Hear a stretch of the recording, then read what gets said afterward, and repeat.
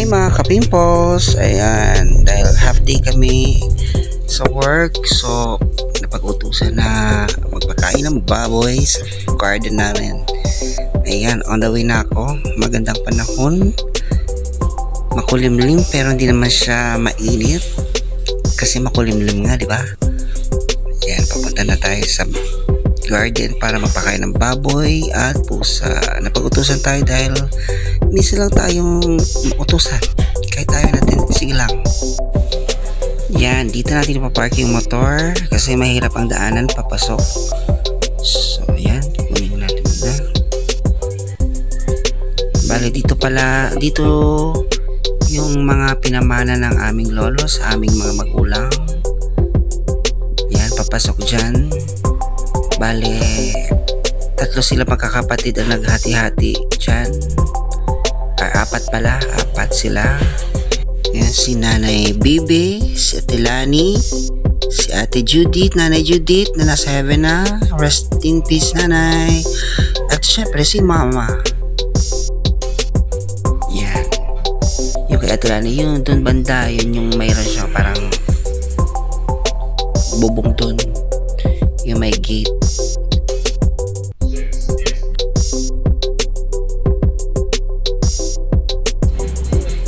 Yung may gate dun banda, yan katilani yan. Ito naman is kay Mami Lottie. Kay Mami Lottie yan na lupa. Tapos yung kay Nanay Judith andun, ito naman yan buo simula sa may bakod hanggang sa dulo. Yan. Tapos yung sa amin magkakatabi lang ito na lupa, pinaghati-hati na nila. Ayan, ito naman yung sa amin. Yan. Kawawa naman, walang may bakod pero kahoy-kahoy lang.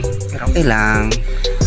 Yan, pasok na tayo. At may bantay kami ditong aso na si Aldo sa Mobile Legend. And siya, nag-wiggle-wiggle na ang kanyang buntod dahil minsan niya lang makita. Excited siya. Ayan, talon pa more. Ayan, di na naasikaso. Tapos dito banda may balon kami na tuwing umuulan ay napupuno, pero ngayon di pa magamit kasi mainit pa. Ayan, kasi tag-init pa. So ayan, tara na, mamaya ka na. Ayan, papakain tayo ng pusa at aso. Ayan, nagugutom na siya. Tara na, Ming. Tapos may mga manok kami dito. Ayan, mga konting manok lang, sakto lang. May mga panabong na hindi sinasabong. Ayan, yung mga sisil nakakulong.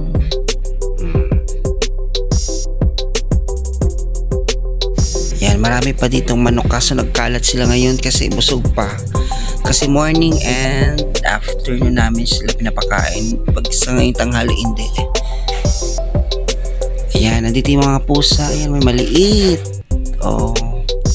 Dalawa yung maliit dyan. Hindi ko lang kung nasaan. Tapos yung isa, may isa pa. Parang white and gray ang color. Ayan, ito yung lupa namin. Kaka-grass cut lang ni Papa. Kaya malinis siya tingnan. Pero kung walang grass cut, Diyos ko. Ay, mga manok nagkalat. Tapos hindi na ako kilala ng mga manok. Tatakbuhan na sila. Yan, sino to? Yan, nandito na tayo sa aming baboyan. Ayan sila, tinan mo, nagtatakbuhan kasi hindi nila ako kilala. Siyempre, minsan lang tayo mapakain dahil minsan lang naman tayo may day off. Ayan sila, takot na takot sa mukha kong, alam mo na. Ayan, tapos meron ito yung tabing lupa nila, Nanay Judith. Ayan, pero pag binigyan mo na pagkain yan, okay na yan sila, babait na yan sila. Tingnan mo mamaya. Ayan, pakain tayo. Bilisan lang natin kasi alam mo naman, time is gold. So ayan, pinapakain ko na yan sila. Tubig, tapos feeds, yan. Ganyan lang naman, mali na naman magpakain. Akala nyo mahirap magpakain, napaka-easy lang. Yan, ganyan siya, Tapos na yan, alis na mamaya, tubig-tubig lang. Tapos Tapos tingnan mo konti, tapos wala na, alis na, back na. Yan, tapos yan. Ayun, oh, 'di ba? Nasipa ang camera. Ay, sus. Tapos mapakit pa yan, ipakit mo ng konti. Ching! Ayan, oh, kumakain ng mga baboy. Yan, tapos mamaya, tutulog na ulit yan. Ganyan lang ang buhay ng mga baboy. Kain, tulog, kain, tulog. Tapos pag gutom, ang ingay. Yan, tapos doon na tayo sa magpakain tayo ng pusa. Ito, tara na. Yan, tara na. Yan, laging sumusunod sa akin yan. Ito, naglalakad ako. Nasa tabi ko lang din yan. Lakad-lakad. Yan, magandang panahon. Sana ikaw din. Yan, okay. Lakad lang din siya. Hindi kasi nagugutom na din. Yan. Tapos lalapit yung isa dahil alam nang papunta na ako sa kainan nila. Ayan, diba? Ano pala siya, white and gray na may coating orange sa ulo. Yan, kakain niya sila. Wala silang sakit kasi last time punta ko to may sakit yung isa. Yan, kaya na, doon na kayo sa kainan nyo. Sana isa? Oh, sana? Nasa ilalim. Yan. Yan, kain ng mabuti, huwag magpapagutom. Ang lakas kumain na itong orange na to. Yung isa naman nahiya pa, oh, ayaw pang pumunta pero pupunta din naman. Oh. Tapos yung dalawang maliliit, yan, dahan-dahan, pupunta. Ayun na. Oh, cute nila, no? Yan. Gutom naman gutom. Tapos yan, oh, kain kayo na mabuti dyan, na pakabusog. Oh, bye-bye. Yan. Oh, tapos ngayon, uuwi na tayo dahil tapos na tayo magpakain ng baboy at pusa. Ayan, paalam na tayo kay Aldog. Aldog, bye-bye.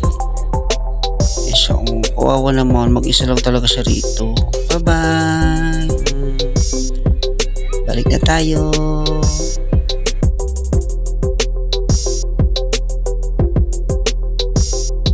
May mga saging din kami dito.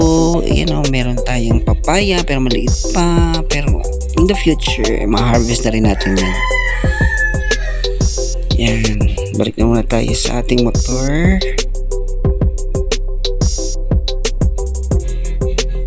Yan. Yang palaya na yan. Yang buong yan. Hindi sa amin yan. Nakikidaan lang din kami. Yan. Ang ganda, no? Kasi malapit ng anihan. No, October ang anihan dito sa amin. Malapit. Yan, oh, ganda ng panahon. Sana laging ganito, pero malapit ng tag-ulan. So mag-October na, so dapat nga maulan na ngayon, pero ewan ko kung bakit di pa masyadong maulan ngayon. Pero umuulan-ulan din paminsan-minsan. Yan, ito yung Barangay Kalayugan na to siya. So yan, Barangay Kalayugan. So uwi na tayo. Motor ulit. Tingin-tingin sa view. Yan.